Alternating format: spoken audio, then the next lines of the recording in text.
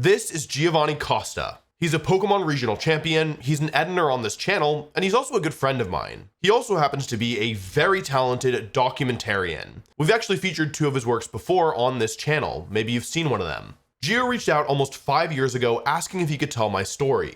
And almost 1 year ago to the day, we sat down to make it happen. Now, there is some important context you should know. This video was filmed in mid-December 2024. That means it was recorded before I won Toronto Regionals, the Global Challenge, and EUIC in the 2025 season. So that entire chapter will not be included because it happened after we filmed. A lot can change in a year, and I'm now at a point in my career where I'm thinking about sharing a bit less of myself online. So it feels a little strange to be posting this. But at the same time, I do think that the work that Gio has done is really something special, and I think that it's worth having my story in one place just for the preservation of the game's history. So, without further ado, I am proud to present Giovanni Costa's latest work. Welcome back to the 2016 Pokemon World Championships. Winning the World Championships has been a dream of mine my whole career. There were many years where I started to feel like maybe it wasn't attainable. Wolf looking for redemption after coming so close back in 2012. You really can't overstate how much it would mean to Wolf, who has been spending so much of his time and just falling short.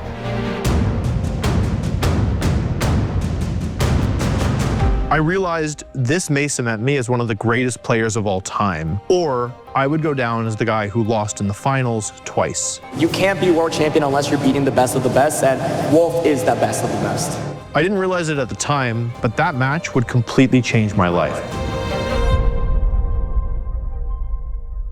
My name is Wolf Glick, and I am from Washington, D.C. I'll trade you this for a Gyarados. Pokemon, it's the thing with the younger age set. Parents should not let their kids have anything whatsoever to do with Pokemon because the message is violence. When I was a kid, like 5 years old, I wasn't allowed to interact with Pokemon at all because my mom thought it was like not appropriate for kids. It was kind of like the height of Pokemania. And my first time being able to interact with Pokemon was, I really hated getting my haircut. I actually still hate getting my haircut. But so my mom would take me to this place that was like haircut place for kids, where basically they would have little TV screens with like children's TV on them that the kids could watch. So they would sit still while they were getting their haircut. I remember we went and they had this episode of the anime where Ash and the gang have to escape from a sinking ship. And there's this one line where Brock tells his Onix to build a staircase. And my mom thought that was the funniest thing ever. Because I mean, it makes sense. It's just like a big rock snake, but she thought that was so funny. She was like, oh, this is actually not what I thought it was. It isn't so violent. It is actually child appropriate. That was how I remember kind of being introduced to the series. I was just like obsessed from that point.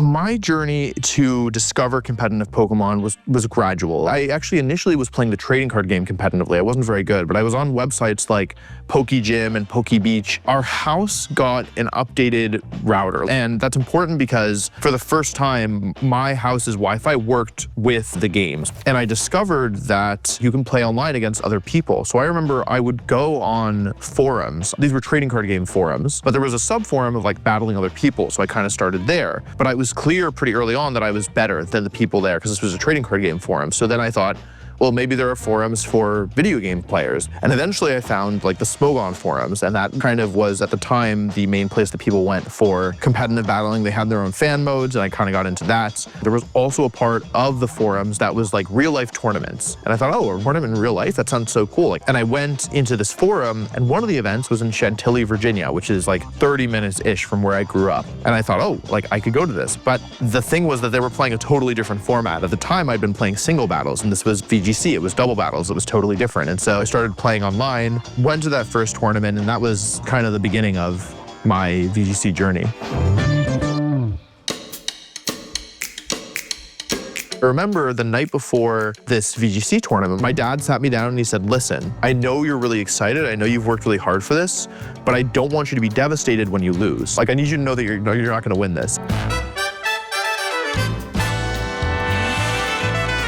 And I went to this first tournament, and it was such a different experience than how tournaments are now. The tournaments back then were best of one, closed team sheet, single elimination, meaning you played exactly one game with somebody, And if you lost, that was the end of your tournament. You would stand in line and you would go in kind of 2 at a time, and whoever was near you in the line, that's who you would play against. So there was something called friend rule, where if you knew the person near you, you could say, I don't want to play them, and you'll play somebody else, which is crazy looking back. It was kind of like the Wild West. Like, the game was in its infancy. Nobody really knew what to expect. Nobody really knew what they were doing. And I kind of just sat down and started playing, and I just kept winning.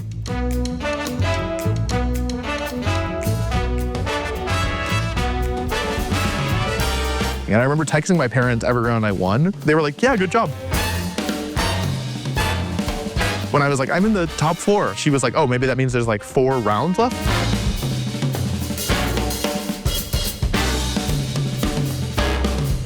There was no like stream, but what they did have was an MC who would narrate what was going on, like over people's shoulders sometimes. I remember just feeling so overwhelmed. On one hand, we have Mitchell with his quiet confidence. On the other, we have Wolf. There were a lot of things that kind of had made it look like it might not happen along the way. 5, 4, 3. So I was up against like one of the best established players, and like the whole crowd was behind him. 2, 1, let's battle, trainer. I had a Pokemon slept for 6 turns in the finals, in a best of 1 finals.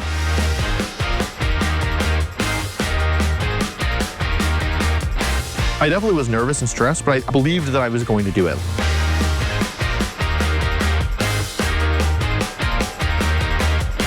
Like, I thought that I was good enough to win, and I believed that.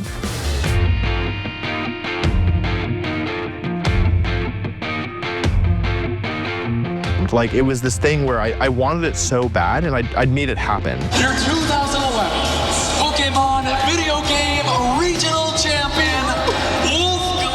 My mom, when she was walking into the hall to come get me after I won, she was like asking people, she was like, who won? And they were like, some kid we've never heard of named Wolf. My friend, you will be the benchmark from which people construct their teams for years to come. Yeah, it was a really incredible experience.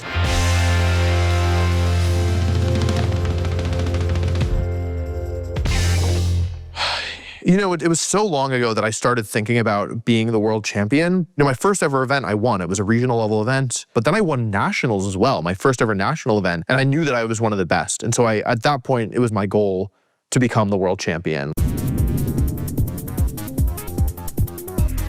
I really like the prediction element, how it's more about like outsmarting the person. It's really satisfying when you've done a good move and it gives you an edge or like an advantage. It's a feeling that I didn't get anywhere else. At Worlds, I think, was the height of that. It only happens once a year, and like, this is kind of it. The team that I brought to my first World Championships was similar to the team that I'd been using all year. Scrafty, Hoffergrigus, Reuniclus, Unkelder, Thundurus, and Embor. It was a Trick Room team that was dedicated to setting Trick Room up and then winning the game while in Trick Room. This worked in part because the way the meta worked is that the goal was to hit faster and harder than your opponent. And my strategy basically used slow and bulky Pokemon that could KO the fast and frail Pokemon if I got Trick Room up. It was a very effective strategy. I think a lot of people weren't really ready for it.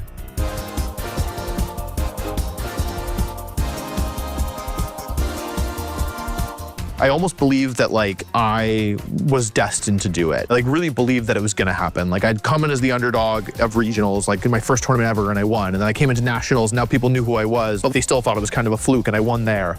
And then I made top cut at Worlds, and I was like, well, I mean, I won, and then I won. Maybe, you know, maybe.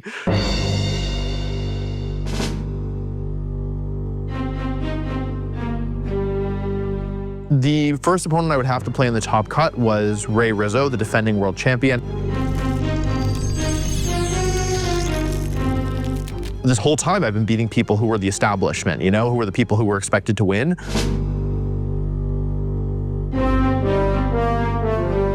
This is it. Like, I'm gonna beat him and then I'm gonna win the whole thing and it's gonna be great. I think that I was maybe less stressed than I should have been, given the opponent and given the matchup.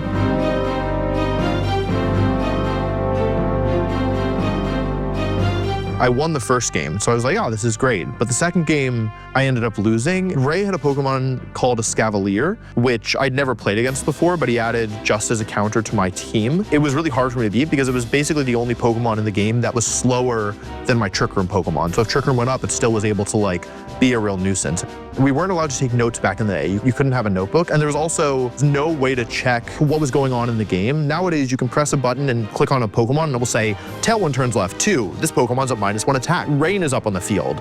Back in the day, there was none of that, so you had to keep it all in your head. And I remember in the third game, I got so nervous that I thought my Trick Room had expired, and so I went to set it up again, but it was actually the last turn of Trick Room. So instead of setting it up again, I ended up reversing it.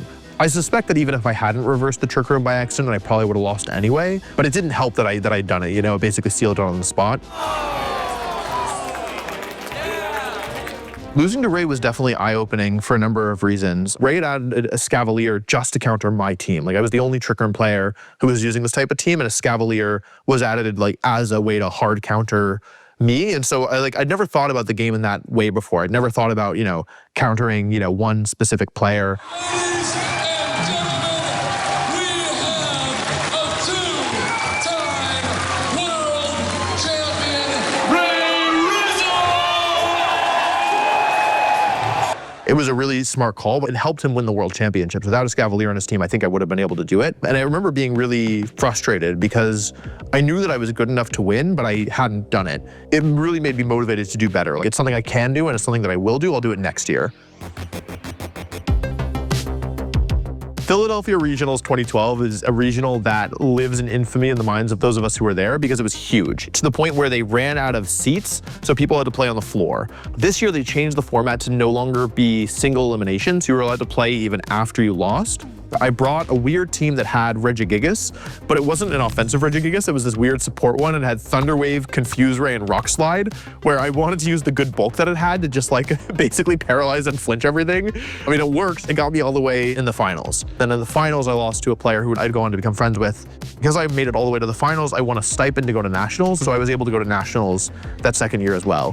Somehow I ended up winning the whole thing again. It was kind of surreal. And actually, Aaron Zhang, he won my first nationals with me as well, and he won the second one too. We both won nationals back-to-back together in different divisions. We'd worked on the team together, and then we both won side by side, sitting on the stage together. It was a really special experience. No guarantees. There's some luck involved in this game, but, you know, we'll try and play our best, and, you know, we'll see where that takes us. I'll tell you one thing. His team is very Hawaiian-like. I started becoming kind of fascinated by the idea of defense, these Pokemon that you just couldn't get rid of. And I think that 2012 Worlds was where I hit the platonic ideal of this concept. I was looking at moves that I thought were underrated, and I came across this move, Skill Swap, which is the ability of the user and the ability of the target. And I saw that Cresselia got Skill Swap. So that was the kind of starting concept. I added Thundurus, because it was just one of the best Pokemon at the time. I added Hitmontop, because I thought Intimidate and Fake Out support was really good. I added Choice Band Terrakion for burst damage. And then I added Exeggutor, because I was looking for a Pokemon that had good synergy with Heatran, Heatran being weak to ground, fighting, and water. And Exeggutor resists all of those. And so I was like, oh, Exeggutor has perfect synergy with Heatran, and it has this really cool ability, Harvest, which basically gives it unlimited HP. And so I added Exeggutor to the team, and it ended up being the star of the show.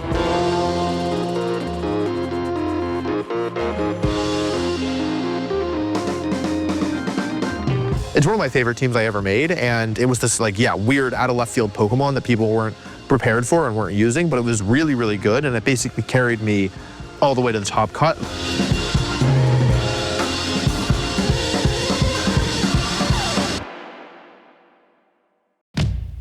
So the first player I had to play in Top Cut was Sajin Park, and I had lost him the day before in Swiss, and it wasn't even really close. So I'm trying to figure out a plan in the lobby of the hotel, and I see some of the German players walking by, and I'm like, well, I may as well ask for help because I'm kind of stuck and I already lost to this guy once, right? And one of those players happened to be Marcus. He and his friends agreed to help me out. And right away, Marcus and I just like clicked together really well. We had really similar views of how to play the game, and we became friends almost immediately. So Marcus helps me build this really, really good game plan that I don't think I would have figured out on my own. And then the next day I go and I play against Sajin, this player who I lost to, and I was able to win. But the problem was that the next round in the semifinals, I was up against a player from Spain, Abel. I had lost to him. He was my other loss the day before. And so I found Marcus, and he was like, okay, and we sat down and we made a plan. And I beat Abel as well because of Marcus's help, 2-0. On the first day, I didn't bring Exeggutor versus either of those players, and I lost. And on the top cut, I played both of them again, and I brought Exeggutor, and I won all 4 games. The true strength of the team was the skill swap Cresselia plus Heatran, in all honesty, but Exeggutor was the thing that was really memorable, and I also like that it's really goofy. For me, it was always important to not take myself too seriously, and I thought that Exeggutor was like a good representation of that because it's such a funny Pokemon. I remember going into the finals, I believed that I was going to win because it was what made the most sense from a narrative standpoint. I have this incredible first season. I lose to the defending champ and top cut.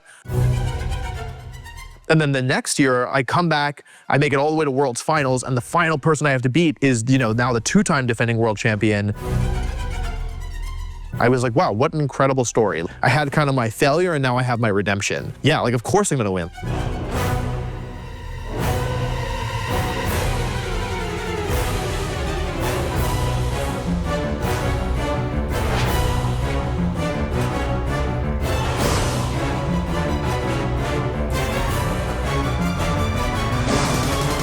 I think it was a lot more pressure than I was expecting, and I also think that when things started to go awry, I wasn't like mentally prepared to deal with them.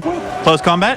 Right. Oh, wow, critical hit to start the match, and Metagross goes down. Another gem, that's a one-time use. Oh, and the critical hit really put the damage into him. In the first turn of the first game, I think I got 2 critical hits, and by the end of the first game, I lost, and I was like, oh my God, I got so lucky, and I still lost. I had to, for the first time, consider that I might lose, and so I think that's a bad time to be doing it in the finals, mid-set.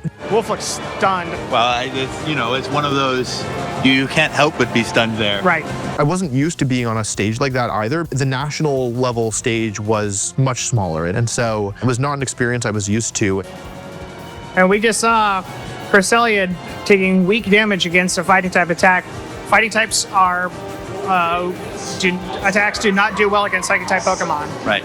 The memorable moment from World's 2012 finals is me using Hitmontop Close Combat onto Cresselia. It was just a misclick. Like, I think I was just like moving too fast. I was too nervous. I just made a mistake. Like, I don't think there was a deeper reason behind it. I mean, I'm sure the deeper reason was the pressure and like the game slipping away from me. I think my biggest mistake was believing that the thing that was the most fitting for my story was going to happen. Now realizing that there's nobody writing the script. Like, that's not how this works.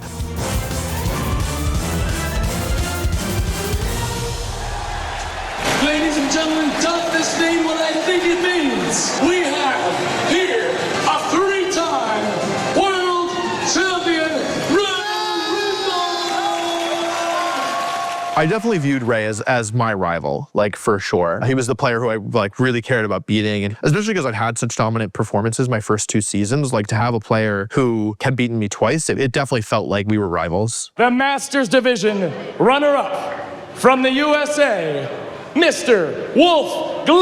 Second place at the World Championships is obviously an incredible performance. I was so mad. I was so upset. I was like, I lost to the same guy twice, like in the finals. So I don't think I handled it with the most grace that I could have. I was also a kid, like, I mean, I wasn't like a kid, but I was like 16, 17 at the time. So I think that I wasn't like as good at dealing with new and complex emotions as perhaps I would like to be now. We're gonna see you in Vancouver!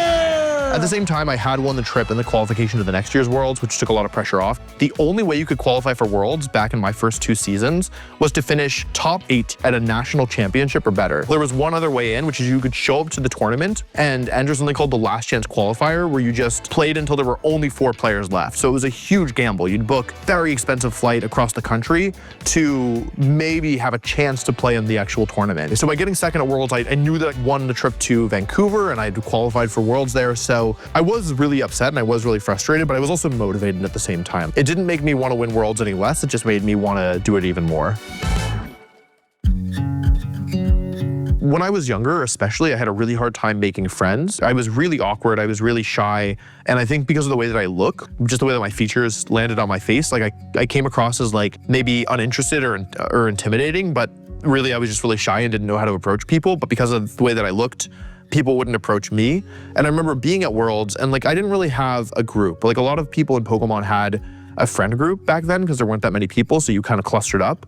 And I didn't really have a group of people to be with. And so I was like a little bit lonely, but like going out and trying to like make friends. And I remember being like, this is so wonderful because I never have to worry about that I don't know what to say because we can always talk about Pokemon. Like I know that we all have this shared interest, this shared passion. I don't need to worry that I like am saying the wrong thing or that I don't know how to talk to people because I can just talk about Pokemon and then that makes it easier. No strategy. Just go out there and no strategy. It's all strategy. It's all about becoming friends with your Pokemon. I remember being really amazed at how much easier it was to talk to people than I was used to. I had other friends in Pokemon before, but Marcus and I were just so in sync and we clicked so well and so easily that it was an experience that I'd never really had before. So we started talking like, it was legitimately every single day. Like I remember I was always aware of what time it was in Germany, and I'm sure he was always aware of what time it was in DC. Like we would just like spend all day talking about teams, talk about Pokemon, talk about the game. And it was really fun. It was interesting being friends with somebody and being like so close with them, and also knowing like at best we get to hang out for less than a week a year, and at worst we don't get to see each other this year. It was interesting that our friendship was so strong despite that, because it's hard for me to imagine being friends with somebody knowing that I might not see them for potentially 2 or 3 years if things don't go well. I already was having so much fun in Pokemon, and being able to have somebody who I was attached to at the hip, it was a really, really special experience.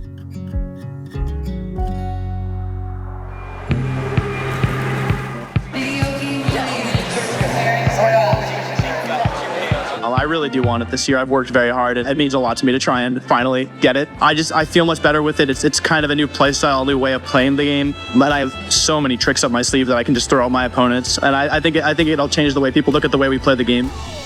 It was a disaster. The team was a disaster. Like my mentality was a disaster. The whole thing was, it was a horrible, horrible mess. I was so dumb. I was so stupid. Like, I basically was convinced that like, I could play the game any way I wanted, and just by it being me, it would be the right way. That's not how it works. That's a lesson that I learned. I had all these people in my life from Pokemon who were trying so hard to get me on the right track. It was a moment where I thought that I knew better, and it was so apparent that I been a little arrogant.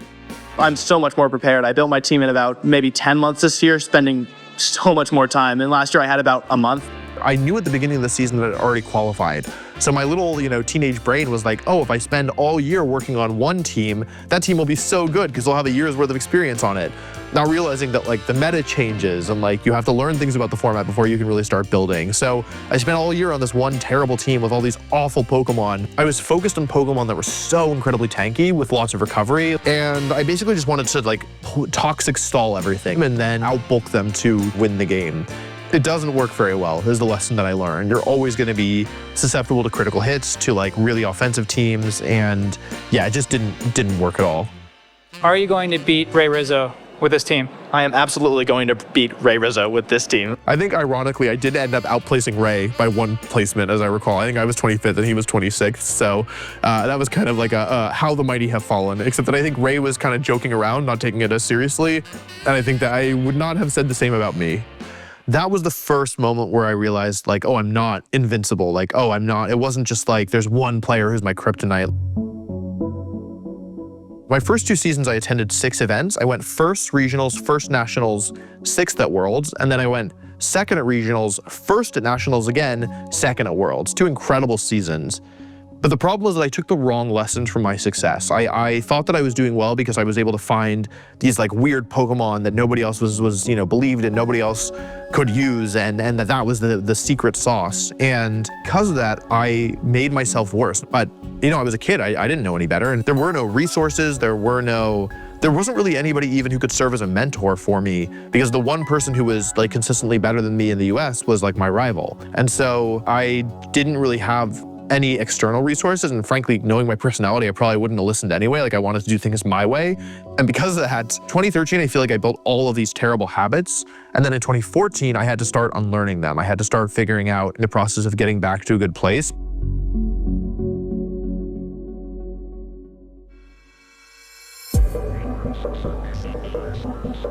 So 2013 was the season where they introduced championship points for the first time, where now it wasn't just about making top 8 at nationals, it was instead about earning points over the course of the season to qualify. And because of that, rather than there being 4 slots from the US, there were far more. So in theory, it was the easiest year to qualify thus far. And that's important because 2014 was the first and only year ever that I did not qualify for the World Championships. The regionals, I had good performances, but not great, but ultimately came down to the national championship for me, where I was 1 win short of advancing to the next day, basically. And because of that, I didn't earn enough championship points to qualify, which felt really, really bad for a couple of reasons. The first being that not qualifying for Worlds after such a disappointing finish last year meant I wouldn't have a chance to redeem myself. The second being that Marcus had a great season winning nationals. It felt like I was falling behind.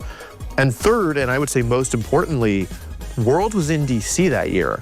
So it was in my hometown and I didn't get to play. Like I had to sit in the sidelines and watch as in my city, I didn't even have a chance to compete for the crown. However, back then, because qualifying was so much harder, we still had the last chance qualifier, that tournament where however many people wanted could show up and the last 4 standing would make it into the tournament. And so everything for me kind of hinged on this last chance qualifier.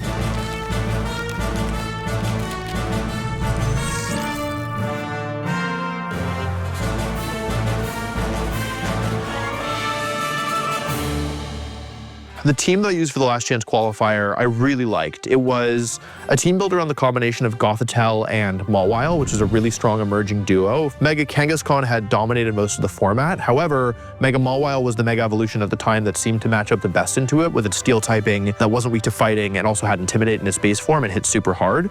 So Mawile plus Gothitelle was a really strong combo, and I paired this with some of my favorite Pokemon like Politoed with Perish Song, so I could use the Perish Song Shadow Tag combination, as well as Scrafty, one of my all-time favorite Pokemon that now had access to Intimidate to kind of enable a more bulky Trick Room mode, also allowing me to use double Intimidate with Shadow Tag, which is really scary. And then I also had Ludicolo with Assault Vest as another Fake Out user to help set up Perish Song and to take advantage of the rain. And my final Pokemon was a Life Orb Hydreigon, which could do tons of damage to Pokemon like Aegislash, which is a huge counter to Perish Trap.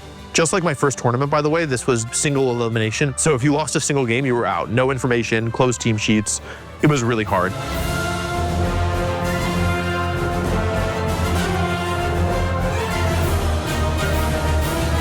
In the end, I just barely made it through the last chance qualifier to qualify for the World Championships. Out of all the tournaments I've ever played, this is the one that I personally consider to be the hardest. Being able to go and compete at Worlds was just an incredible feeling.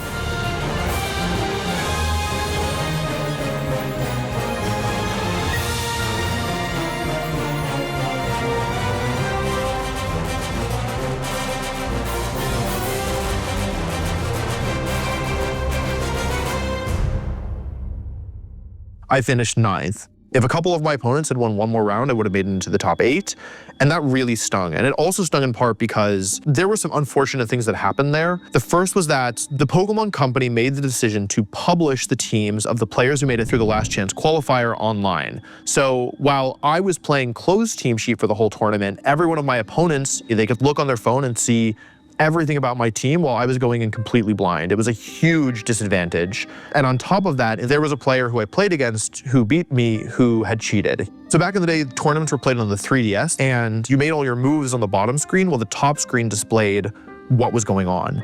And so there were a couple players who realized at the time that if you kind of positioned yourself properly and you leaned forward and you had the right angle, you could see what was going on your opponent's bottom screen. You could see what moves they were selecting, and then you could pick your own moves. And you would sometimes catch people doing it, but it was hard. It was midway through game 2 when I realized what was going on, and it was too late. Like, I'd already lost game 1. They made some ridiculous read game 2. I looked up, I saw them looking at my screen, and it was too late. Like, what was I gonna do? Be like, hey, they were looking at my screen, and then the opponent's like, I wasn't looking at the screen, and that was it. And so not only did I barely miss out on resistance, not only did my team published online, putting me at a huge disadvantage, but also I was cheated against to lose one of my 2 losses that ultimately knocked me out. And so it feels like if any one of those things had gone differently, I might have been able to do it. Although I knew that that was the year that I could have won Worlds and where my team matched up really well against the eventual winners, I also knew that I was lucky to have made it in the first place. So kind of both emotions were powerful, both the gratitude at being able to play and also the frustration that these things had happened that were out of my control.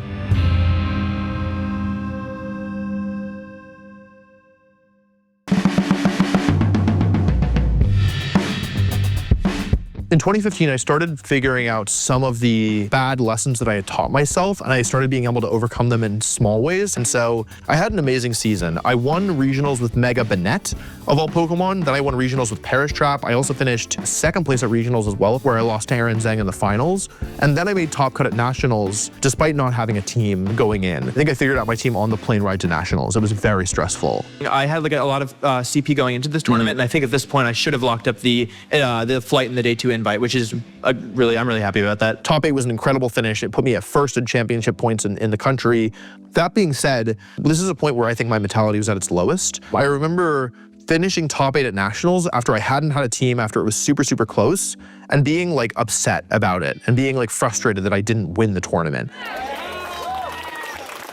think that like looking back, this was a moment where I can say like my relationship with the game and my mentality around the game was not healthy. Feeling like I had to win or it wasn't worth it. It was not sustainable. And I remember Marcus being really, he never said anything about it, but I could tell that he was upset when after I finished top 8, I was upset, and I could see Marcus like disappointed that I felt disappointed when I had such a good run when it was so close to being a disaster. Yeah, like that's something that's really stuck with me, is the feeling of like making someone who, you know, cared deeply about me and I cared deeply about, like, not feel good because I wasn't like happy with my good result.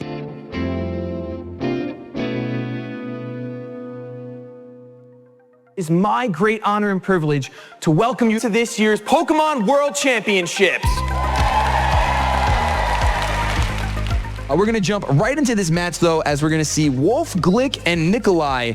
So at Worlds 2015, the team that I brought was a bunch of Pokemon that I was familiar with that were kind of classics of mine. I had Scrafty, who had become like a real staple. I had my Lodic, who I had used at Nationals and I really liked as a Pokemon. Thunderbolt though, gonna go into the Milotic and it's gonna be super effective, doing a huge amount of damage, and the paralysis off of the Thunderbolt. I had this like defensive Aegislash. I had Landorus Therian for a double Intimidate. And confuse it. Thunderous is going to avoid the Rock Slide. That's exactly why I said potentially, because I just wasn't sure if the favors were gonna be in Wolf's. And then I bet on Charizard X as my Mega Evolution. The idea being that it was fast, it could hit hard, it had recovery, which I was interested in, could burn Pokemon like Mega Kangaskhan and opposing Landorus. So my strategy was kind of this: shut down the opponent with Will-O-Wisp, recover with Roost, and then do big damage with Flare Blitz was the idea. But unfortunately, Charizard gets fully paralyzed when something in the sun might have been fun for Wolf. And the last Pokemon was Zapdos, who also had recovery and also was just an annoying Pokemon to deal with, gave me a ground immunity, etc. The Charizard X is going to be fully paralyzed again, unfortunately for Wolf. Kind of rubbing salt in the wound there, but I think that is going to kind of turn it over to Nikolai. I once again missed out on Top Cut via Resistance, which was definitely frustrating. However, Worlds 2015 was the worst mental state I've ever played a tournament in my life. I was really not in a good place. I had just the week before gone through a pretty serious breakup, and I could not think about the game. The game was happening and I was kind of clicking buttons on instinct, but like my heart wasn't in it, my head wasn't in it. Like I was so distraught that like even playing in the World Championships, like it didn't like move me in the way that it normally does. It's not a tournament where I have happy memories associated with one exception. Looks like Shoma most likely to pull this off, and we see him run. There it is, guys. Both players shaking hands, and Shoma Holnami is your 2015 Pokemon Video Game World Champion. As he celebrates it again, passes out, no shoes, knocked his shoes right off. I remember being with my friends and like looking at the standings and walking away from the tournament and realizing like Japan smoked us, like not close. Japan finished 1st, 2nd, 3rd, 4th, 5th, 6th, and 7th. And I don't remember who initiated it. It might have been Billa, it might have been Marcus, but somebody was like, hey, next year, it's gonna be one of us. And we were like, oh, and we were like, okay, we'll make the promise. Next year, one of us is gonna win. That's a moment that's really stuck with me because next year it was one of us.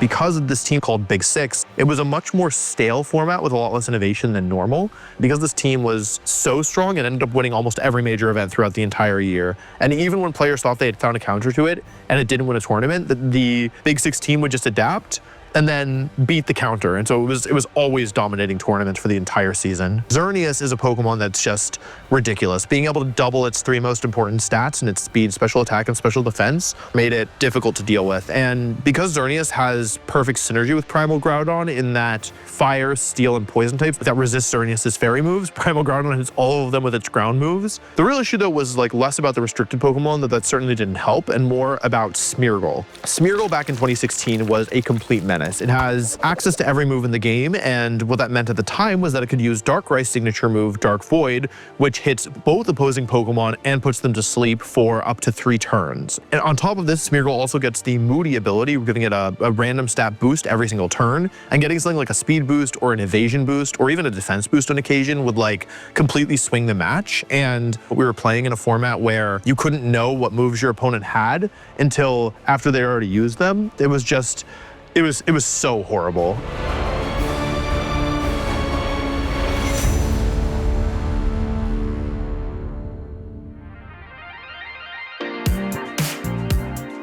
Good afternoon, everyone, and welcome back to the 2016 Pokemon National Championships here in Columbus, Ohio. Our first battle here on the mainstream is going to be, Ray, your old rival, Wolfglick, still playing while you're back here behind the desk. I hope there's no commentator bias here. Going into Nationals, I was primed to get the day one bye, starting immediately on the second day of Worlds. I had another really strong season. I won a regional after Worlds, and then I also won a regional in Florida with my stupid Dialga Kyogre team, where Dialga was not a very good restricted Pokemon, but I just got really good matchups, so it worked.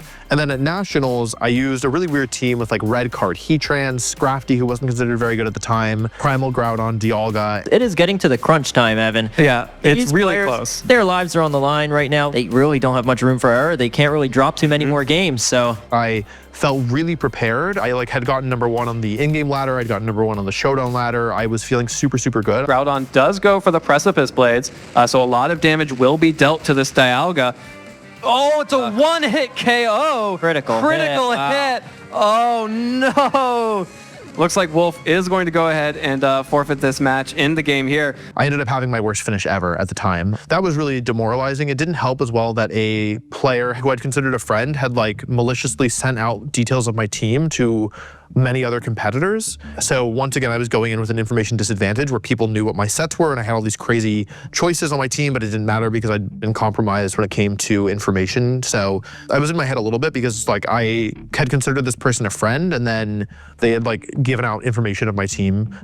In that moment, I thought about seriously quitting. The terrible way I feel after losing, it's not worth chasing this anymore. I think I might actually be done. I had been in position to get the day one bye, and I was I had such an incredible season, and then I'd had one bad performance, and I didn't get the day one bye. So I had to start in the first day of the tournament. I wouldn't have this massive advantage in terms of information and in terms of everything else. And I think between having such a bad finish, having the practice go so well, and then the performance go so badly, and then also feeling betrayed by somebody who I had trusted and had considered a friend, it all kind of coalesced into this knot of bad feelings. And that's when the doubt started to set in, right? And the feelings of, did I miss my opportunity because I was so concerned on how good it would feel when I did win that I didn't take the time to actually make sure that I did win in the first place? Did I forever forfeit my dream because I just wasn't good enough in one match?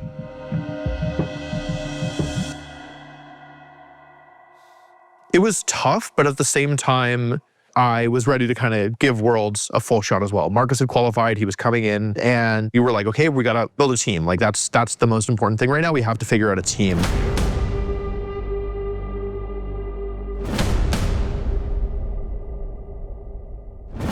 The problem with 2016 was that you had two options with your team. You could either try and beat the Big Six team that was dominating and winning most tournaments, or you could try and beat the other teams, and no team existed that could do both.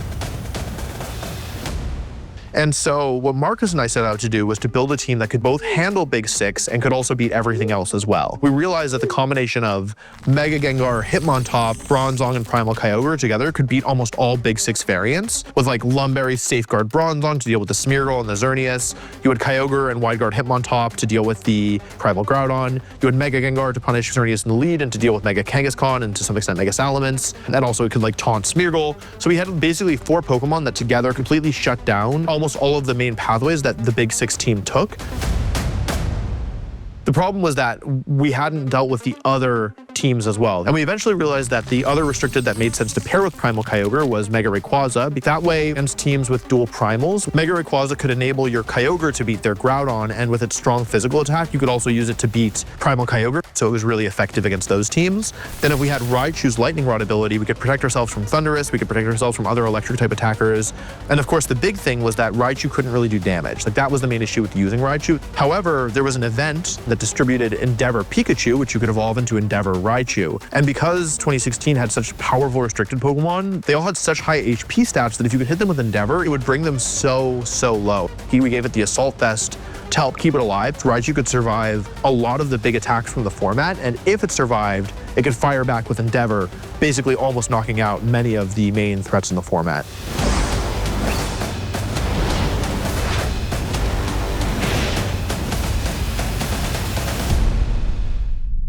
Raichu helped us kind of finish the team out, and it was at that point we knew that we had a really, really special team.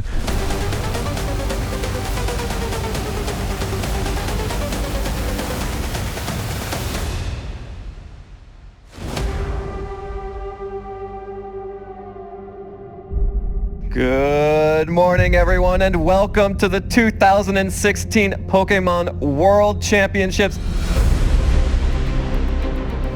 We weren't sure what was going to happen. On day one, players are incentivized to do really weird, crazy stuff. The eject button. Hello. So it was a lot of tough matchups. I had to play against Xerneas Kyogre, which is something that I had never played against before. Justin, who would go on to become a good friend of mine after this tournament, he was using it, and so I had to play against him. I played against a Dialga, which was just a nightmare for the team to play against because Rayquaza, Kyogre, Raichu, Bronzong, Mega Gengar, none of these Pokemon could really damage it. Some of them couldn't damage it at all.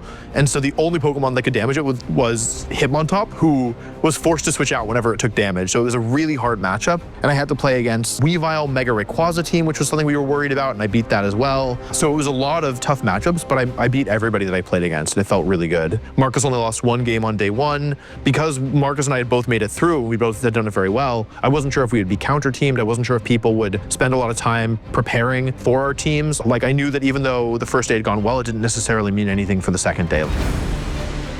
Wolf will be playing for his top cut berth. I was so focused, I was so concentrated during this that I was applying pressure and reacting to pressure in ways that like I hadn't done before. Origin Pulse connects. So Origin Pulse connecting to on both of Blake's Pokemon will be able to pick up the double KO, and with that double KO, Wolf advances into the top cut. I think one thing that I did well was I didn't want to get ahead of myself after what happened in 2012. I wanted to take it one day at a time, one game at a time. 15 rounds of Pokemon have been played over the course of 2 days. We have cut down to our final top 32. All of us who were using the team were still in the tournament, the three of us. On the one hand, it felt great that we were all still in it, but also the job wasn't done. Marcus has advanced to the top 8 of the 2016 Pokemon Video Game World Championships. Is there anything that you're really a little bit nervous about facing with your team? My best friend, Wolfey, is still in the tournament, so facing him would, of course, be really, really good on the one hand because it would mean that we made it really far. There's a reason that all 3 of them are in the top 8, right? That's actually incredible. Time has run out. The battle is over. And Portugal! Portugal advances to the top 4. Wolfey really looking to win Worlds because that has been his dream. Wolfey advances to the top 4 at the 2016 Pokemon Video Game World Championships. He is back in the top 4. Marcus and I are like best friends. We built the team together, and so to think that like we both making it this far is phenomenal. Marcus Stasser has moved through to the top 4 of the World Championships.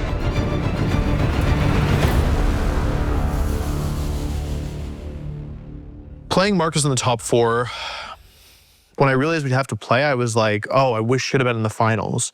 And he was like, no, this is the best that it should have been. Like, this is better. We have the exact same team, so it's going to be a little silly. And the finals of Worlds should be something special. It should be something spectacular.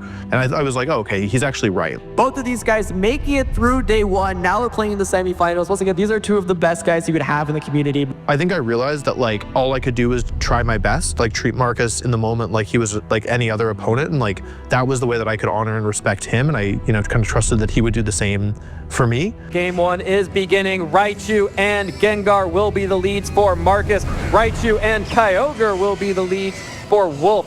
I think that Marcus going into our semifinal match had a different mentality. I think that he was more willing to accept that like whoever won, he was going to be happy with, whereas I really wanted to win. Kyogre actually going to protect itself as well, and Raichu with the fake out onto Kyogre into the protect. Gengar with the sludge bomb. What? Raichu gets poisoned?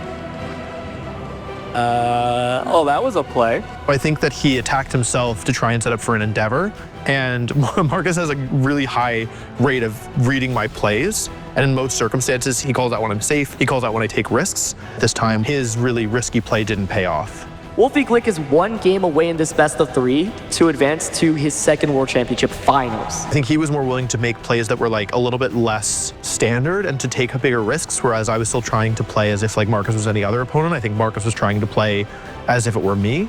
Rayquaza should be able to pick up this KO, but so Wolfey gets the one-hit KO. It's not looking good for Marcus. It's still doable, but Wolf has outmaneuvered Marcus consistently the first couple of turns. I gave it my all, and I had to be at peace with whatever ended up happening. Rayquaza gonna target down that Kyogre. That should pick up the knockout. What did you guys say to each other after this match? It must have been hard to fight each other. It was. Marcus said, I don't know if I've ever been so happy to lose before. At that point, I felt like, okay, like I need to win tomorrow because otherwise there will always be the question of, well, what if Marcus had won? Would he have finished the job? Wolf now has a chance for redemption, a chance to make it back to the finals and get that world championship title that he lost to Ray Rizzo. I was very aware of the fact that I was either going to redeem myself or I was going to be the first player to lose in the World's Finals twice. Welcome back to the 2016 Pokemon World Championships. Between making it to the finals and playing the finals, there was like 16 hours. And so there was a lot of time there to think about the matchup, but also to think about what this match meant. I've been here before and I didn't do it. You know, like I know that I am fallible. I know that I can leave this not as the world champion, but as the runner-up. Wolf looking for redemption after coming so close back in 2012. You really can't overstate how much it would mean to Wolf, who has been spending so much of his time and just falling short. I knew that it was a difficult matchup. It was actually a player who I'd played earlier in the tournament and I'd managed to win, but with a full day of preparation, with more information, I knew that it would be a different match than what I'd played earlier. Wolf has all these expectations. He is supposed to win this matchup, right? He's been in this exact position before multiple years ago, and you can't be world champion unless you're beating the best of the best, and Wolf is the best of the best.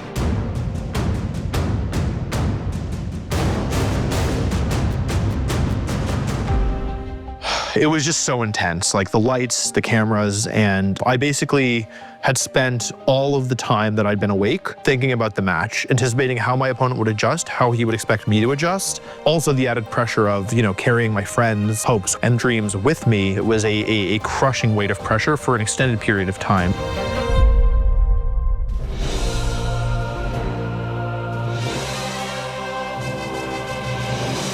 I had a general idea of what his game plan would be, but there was this Manectric, which had the lightning rod ability, and a lot of my strategy focused around using Volt Twitch to break out of the Shadow Tag lock. And eventually I came up with something that I'd never used in the entire tournament before, of Rayquaza Kyogre lead. Wolf will go ahead and lead both restricted Pokemon, while Jonathan will go ahead and lead his own Kyogre and the Gengar here. Rayquaza Kyogre lead, which is definitely something I don't think I've ever seen both of those Pokemon out as a lead. It was not very common and didn't make sense in most circumstances, but worked here because I wanted to ensure that he didn't switch Groudon in on the first turn. As soon as the battle started, it went exactly as I had hoped. Like, he led with the Pokemon I expected, and I knew that he wasn't going to be prepared for what I had done. I remember, like, Gengar here could just, you know, be hit by a huge Water Spout or Origin Pulse, but Rayquaza here actually going to swap out. Yeah, so Wolf doing what Wolf does best and switching his Pokemon around. Mega Gengar now trapping the Raichu and Kyogre, going from Sludge Bomb onto Kyogre actually to it, weakening this Water Spout a little bit. Not going to deal enough to Kyogre.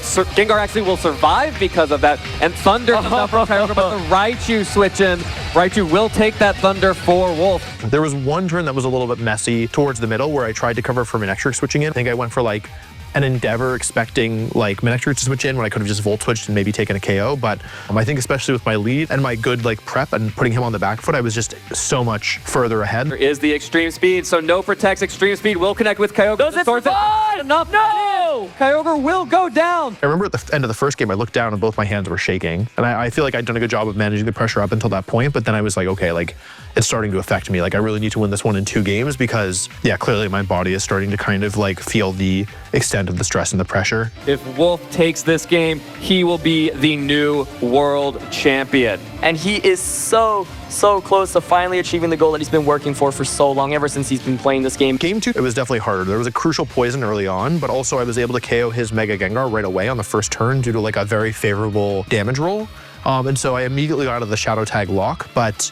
Origin Pulse coming back out from Jonathan's own Kyogre will deal a good amount of damage to the Raichu, but I'm pretty sure we've seen it survive that. Yep. I feel like I kind of made things a bit messier than they should have been in the mid game. There were a lot of ambiguous plays, and I wasn't sure exactly what the best option was to punish them, and so I tended just to play pretty safe until we ended up in a spot where Trick Room was able to go up, and I had to find a way through. It's all coming down to these last two Pokemon for Jonathan. Jonathan Evans needs these two Pokemon, this Bronzong and this Groudon, to come up huge in this match. My opponent, he kept trying to talk to me, or he was like asking me questions during the match. He was a player who really liked to try and gain every advantage he could, especially out of game. He was willing to do stuff, and I realized, like, oh, okay, like you want to do out of game stuff? Like, I'll show you some out of game stuff. On the field, Groudon protects. Oh, Wolf. Oh, what did Wolf do? Did Wolf attack that Groudon? Him on top goes for the fake out onto the Bronzong. So Bronzong's not going to be able to move, but nothing else near the Swords Dance.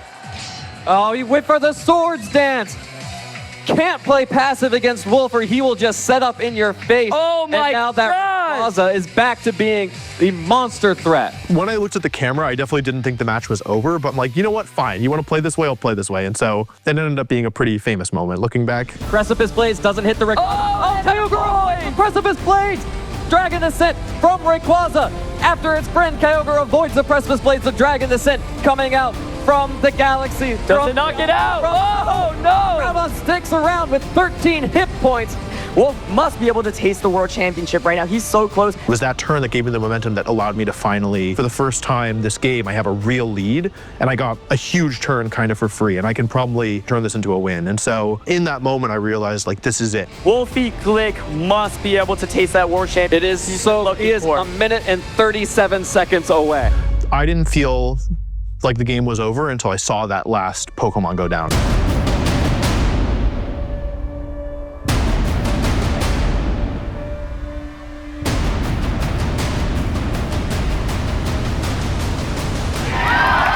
Wolfey Glick is your 2016 video game world champion.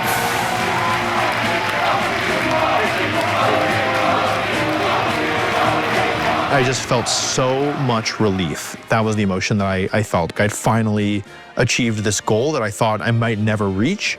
And I'd kept my promise to my friends last year. I felt like I'd kept the promise I inherently made to Marcus by knocking him out of the tournament. And I kept the promise that I made to myself that I would one day become the world champion.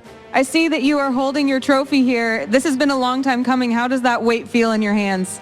Like, I don't know, 10 pounds, but also very good. Everything after I won is kind of a blur, honestly. I don't really have memories of that closing ceremony. I feel like I was just so on cloud 9, and it all happened so fast. I think they were behind schedule, so I feel like we were just kind of rushed around one thing to another to another. The 2016 Pokemon Video Game World Champion, Wolfey! I think I was just so overwhelmingly happy that everything's kind of a blur. Like, I don't really remember any specific things except worrying about dropping the trophy.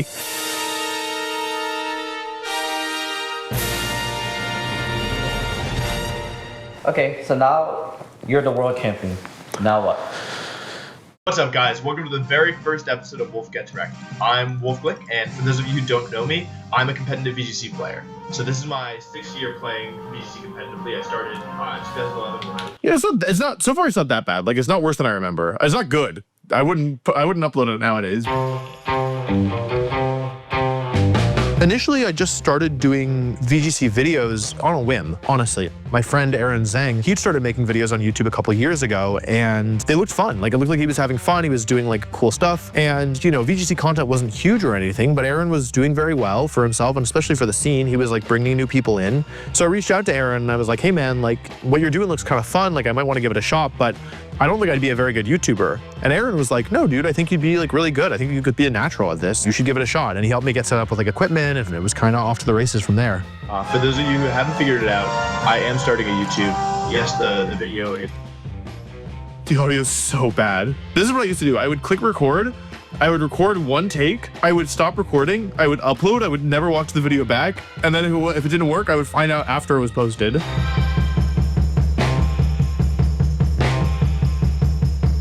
I mean, my first upload is a product of its time, and I think it is representative of a lot of how my channel was back in the day. It wasn't good content in the traditional sense, but I think it felt genuine and it felt like me, and I think people liked that and they connected with that aspect of it. Hey guys, Wolf Cybertron Glick here, and today I'm bringing you another episode of My Bed is Really Great. I can look back on it fondly, though I can see many ways in which it was unoptimized and perhaps unprofessional. So basically what you do is you take a credit card and you put it in the doorknob and you kind of just see if you can like bend it a little bit, and then you take it out and then you just, you just gotta kind of, just do some of that, That was the way that I did things. I had my own style, I did things my own way, and I admit defeat. I'm never getting into that apartment again. I live here now. It kind of worked for me, even though it wasn't how other people were doing it. It was the way that I was gonna do things, and it worked for me for a long time. Yeah, I don't know. That's the first episode, guys. So let me know if you like this, if you like what you saw.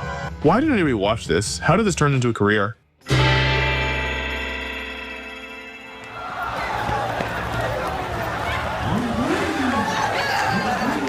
There's a Vaporeon that spawned right there, so everyone's running. With the new game release and then also Pokemon Go, interest in Pokemon was at an all-time high. So even though I was still in college, I still wanted to make time for making YouTube content. So I really buckled down and just did as much as I could. So it's gonna be Video City. Welcome to Video City, population growing. The prevailing wisdom at the time was that all of the growth for a new game happened in the first couple months. And so I wanted to do whatever I could to capitalize on this new game release, even though I was, really busy and had a lot going on. It's really big news. I'm really excited. I just woke up, so that's why my hair looks like this. I'm really sorry. I did take it more seriously, but it wasn't like I was trying to turn it into a career or anything. It was just this is the smart thing to do. New games are out. There's a ton of good, easy content to make. People are really interested. This is the time to kind of push and work hard when it comes to making YouTube content. Youngster Joey sucks. Let's get into the real meat and potatoes. What is going on, guys? Welcome back. Today I'm doing something a little different. I'm starting a new series where I kind of walk you guys through my initial thoughts on a Pokemon and VGC 17 and just kind of what I think about it and give some suggested sets. I remember that I started doing different types of content. Instead of just doing battle videos, I started doing guides and hey, here are these new Pokemon, here's how I use them. And I remember being made fun of a lot. Even though it doesn't have a ton of competitive use, I wanted to kind of showcase Eevee because Eevee's super cute and I like it a lot. I don't know if it was an elitist thing, but I remember the competitive Pokemon community was not very nice to me because the content I was making was more beginner friendly, and I got made fun of so much that I stopped making these really viral videos. My most favorite videos at the time were how to use Mimikyu, how to use Alolan Muck, stuff like that. And then the growth slowed down a fair bit on my channel, so that was unfortunate for sure. Looking back on that period of Sun and Moon, I realized oh, I let people who don't care about me dictate what I did with my content, and I ended up not growing as much as I could have because of that. Yeah, back in the day, I remember it was this thing that you wouldn't watch, myself or Aaron for that matter. If you were a serious player, you wouldn't watch the YouTubers, even though the YouTubers were also serious players. I don't know. I think that the community, especially back when we were younger, had a tendency to kind of look down on the people who did well. And then when I started making YouTube content, I was an easy target. Oh, here's this guy that we already don't like that much, and he's doing something that I can paint as lame. Or I was being, regularly harassed for stuff that I hadn't done in the first place, and it just made me feel very alienated. And it's kind of always been this thing that has bothered me. There's many wonderful people in the VGC community, and I really am so lucky to have such incredible friends. But within this space, I've never really felt very welcome. What is going on, guys? Welcome back. I'm here today to talk about my channel and kind of the lack of activity that you've probably noticed going on, and just to give you guys some context for what's been going on in my life and my plans moving forward. And then also, it was a really busy time. I had final exams, I had all these difficult classes that I was taking. I was also getting 2 degrees at the time in my a cappella group, getting ready for the winter concert. And also, I was trying to learn this new game to compete. And so trying so hard to make sure that I didn't drop the ball anywhere, it was a really big push that semester. It took a lot out of me. For me, I think I think the thing that I get the most value out of Pokemon from is competing at the moment, and it's not actually content creation. I realize that if I'm not performing in tournaments, I don't feel fulfilled in what I'm doing with Pokemon. And so I realized that because of that, I need to prioritize not only the content creation part of what I do with Pokemon, but also the competitive part, making sure that when I show up to tournaments, I do well, and I do well by my standards. I really felt so tied to my results. Every loss felt personal. And this bled over into my like non-Pokemon life because whenever anything bad would happen to me in any context, I would personally feel like it was my fault. And when I would make these mistakes, I would be extremely, extremely hard on myself. Like I wasn't willing to accept any excuses. And so I really just like berated myself and beat myself down. Attack, it does use Rock Slide. It hits into that Silence Protect again. Or a miss. Oh, Incineroar dodges it. Oh, that's so huge. And here comes the darkest. Being this hard on myself was not doing me any good. And so I had to really reevaluate my relationship, not only with the game, but also with the community. I just want to say thank you guys so much for sticking with me. This is still new for me. I'm still learning balance. I'm still learning how to include this in my life while still being able to do the other things that I value. But I feel very fortunate that like there are things that I pull my self-worth from that are not related to Pokemon at all. And it's nice to have reminders in my life that make me feel like I am living a good, full life that I can be proud of, because I think when that's not the case, when things go bad, it can be really, really all-consuming. I mean, it's dead. What? Is that gonna knock out with the Midas Teeth? Yeah, oh God, it does. What? It was not an instantaneous process. It definitely took a lot of work over the years, but now I'm at a point where this is the best I felt about my relationship with the community in a long time, maybe ever, honestly, to the point where now I really have no qualms about how I interact with Pokemon. I think I have a very healthy relationship with competing. I give it my all, I do my best, and when I fall short, and I can like live with that. What's going on, guys? Welcome back to another video on youtube.com/WolfeyVGC. I'm really excited for today's video. I am joined by the wonderful Alpharad. Hi, that's me. Hello. I did a collaboration with Alpharad. And we did this video with Dracovish and like Lucario and Whimsicott, and the video really, really exploded. I remember like, I was seeing subscriber growth that I'd never seen before. All these people were coming over.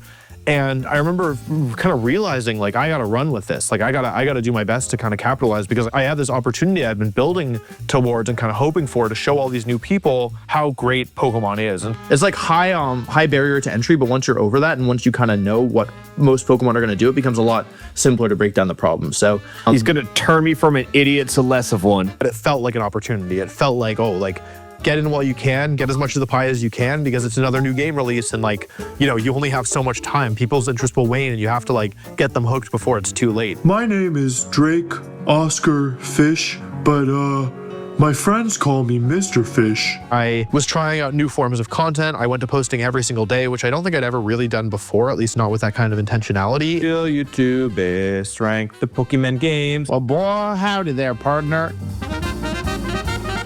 I don't think I could beat a regular dog in a fight, let alone a fire dog, and definitely not a legendary fire dog. My goal has always been to really just make the best videos that I can. Maybe not the best videos. I think at some point I wanted to make videos that I thought were funny. I'm Hydreigon. I tried to pick things up, but also I eat them. I'm Hydreigon. When I first started doing YouTube, I had a goal that seemed completely unobtainable. 100,000 subscribers. To me, that was the ultimate milestone. That was the thing that was out of reach, that was not possible for a competitive Pokemon channel to get, but that I wanted to try for, right? This is not a video that I ever thought that I would make. We, today, broke 100,000 subscribers on YouTube. I've been creating content for close to 5 years, and I honestly can't believe it. I'm honestly in disbelief. I remember it was really exciting, and it was also kind of scary, because I was like, how long could this possibly last? You know, it felt like every day where I woke up and I saw subscriber number going up, I was like, damn, like this could be the last day that I kind of see this kind of growth. Thank you so much for watching. I'm really, really excited for what the future holds. I kind of feel like everything from this point is extra credit. I didn't ever expect you at this point. I don't think we'll get to like 1 million or 500K or anything, but let's see how far we can go together.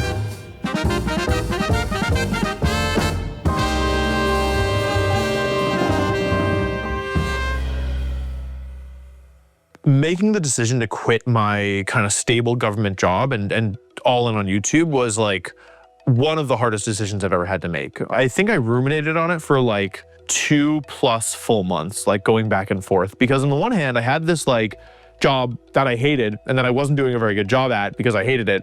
But it was safe and it was comfortable, and like it was a big company and they needed people, and like I could have just kept doing it, but On the other hand, when I quit, like that was when Sword and Shield kind of had like helped blow up my channel, and I really wanted to give it this full like proper chance where I wasn't distracted by anything else. And so it was a really tough decision. I reached out to a lot of people who are mentors.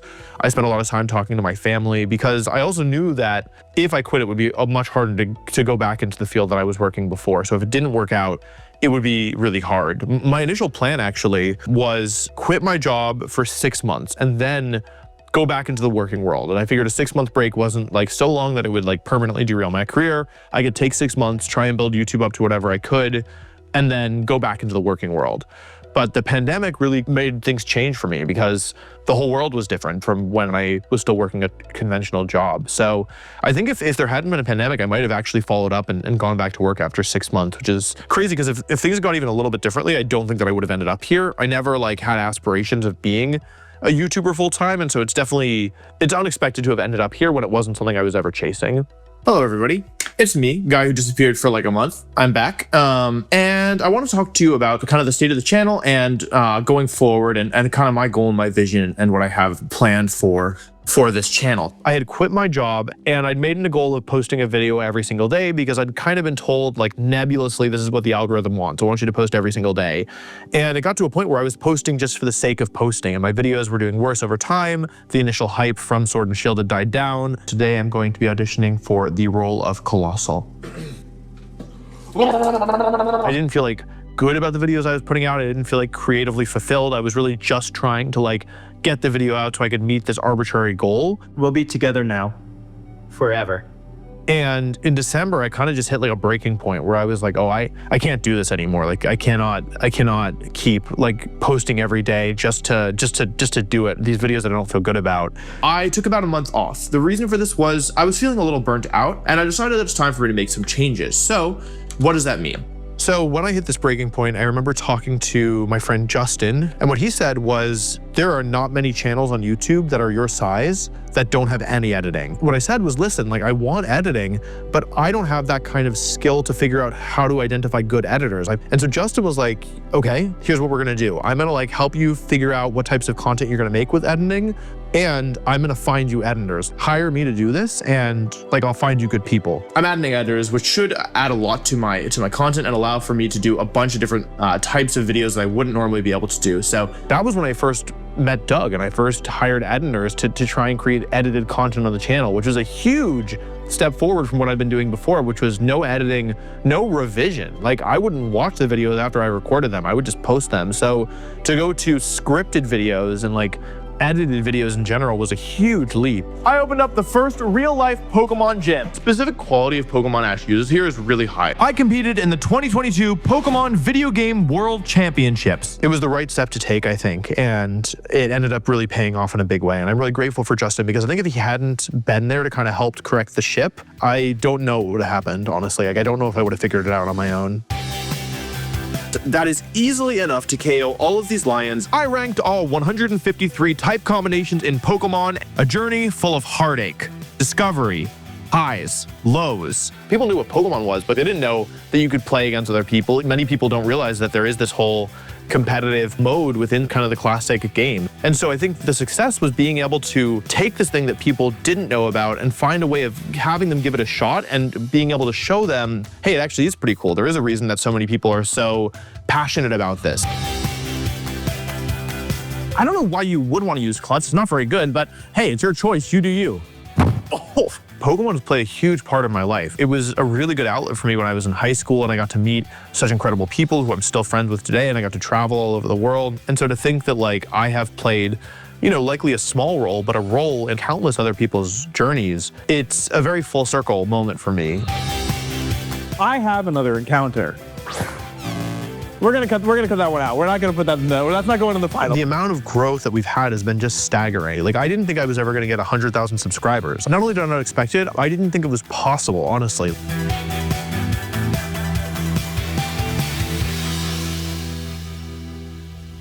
I remember I was at a friend's wedding when it happened. It was an encouraging statement that said, you know what, like this thing that I've spent so much of my life, especially at the time, believing to be so niche, but has the potential to be so much bigger. There's this kind of validation or like reinforcement that you get when a million people say, okay, like I like this channel enough to subscribe. My YouTube journey started when I sent a message to Aaron saying, hey, I think I'm gonna be bad at this. What do you think? I think that there's a lesson in that I should be reminded of, that even those of us who know ourselves well are not always great at predicting what the future holds. What's the most important lesson you learn as a content creator? I think the biggest lesson that I've learned, in part from content creation and in part just from my life in general, is that the best way to have a good life and the best way to have success in anything is to surround yourself with good people. There have been many times where things have been on the decline and I haven't known what to do, but in most cases, I had some external friendship, guidance, mentorship that's helped me kind of either put me on the right path myself or help me figure it out how to get there. I'm only able to reach these heights because I have such talented, hardworking people around me. That's kind of how I feel about things in general too. I have many, many tournament wins, but those tournament wins are almost entirely propped up on the shoulders of my friends who have lifted me up and have helped me become a better player and a better person. And so if there's one piece of advice I could give, it's find people who you can say confidently, these are the best people. And yeah, listen to them when they tell you things.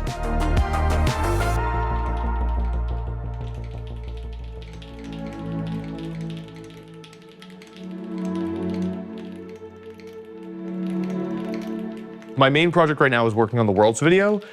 It's been my main project for a little bit. I have kind of fallen behind on my other work, but it's a really, really massive video. I am nearly done at this point with the script. I have written everything that I wanted to write, and I just have to review Zane's notes on it, and then after that point, the next step will be to record. Okay.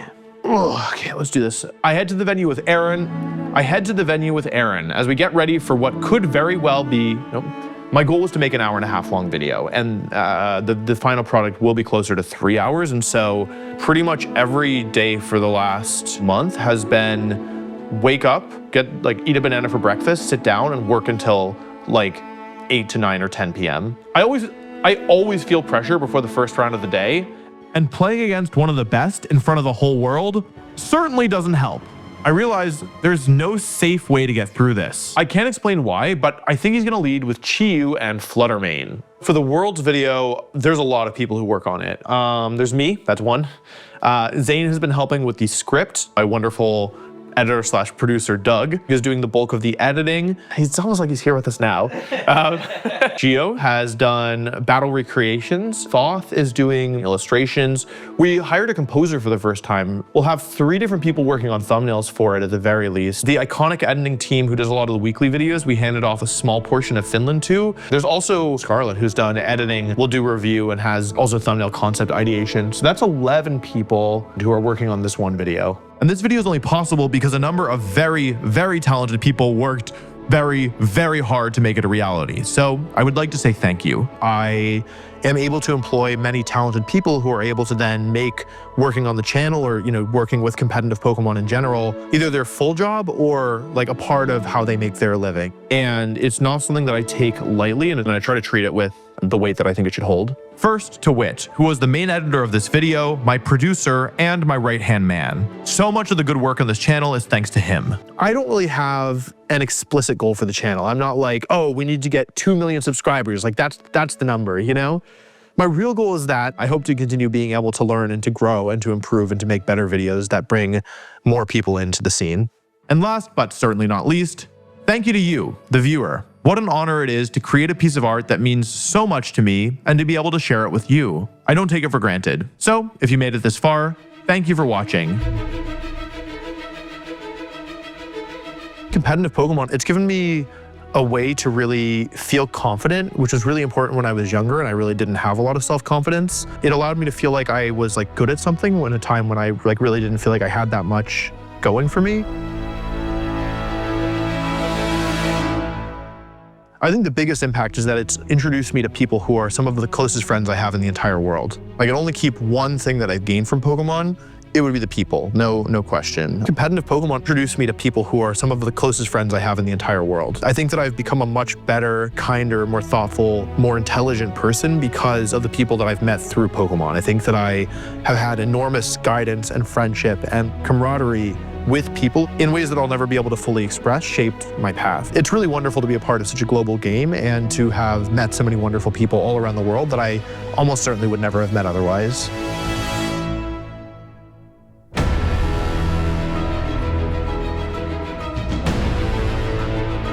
I could have never imagined the huge impact that Pokemon had on my life, ever. But I think that's actually a good thing. Like, I think it's good that as we go through life, things surprise us, that things don't always go according to plan. I think my life is better because things that I never thought would happen, did happen. And I think the fact that something that was just something I loved as a kid could grow into something more than I could ever have even conceived of, I think there's something great about that. It's more than I ever expected it to be, and I could not be more grateful.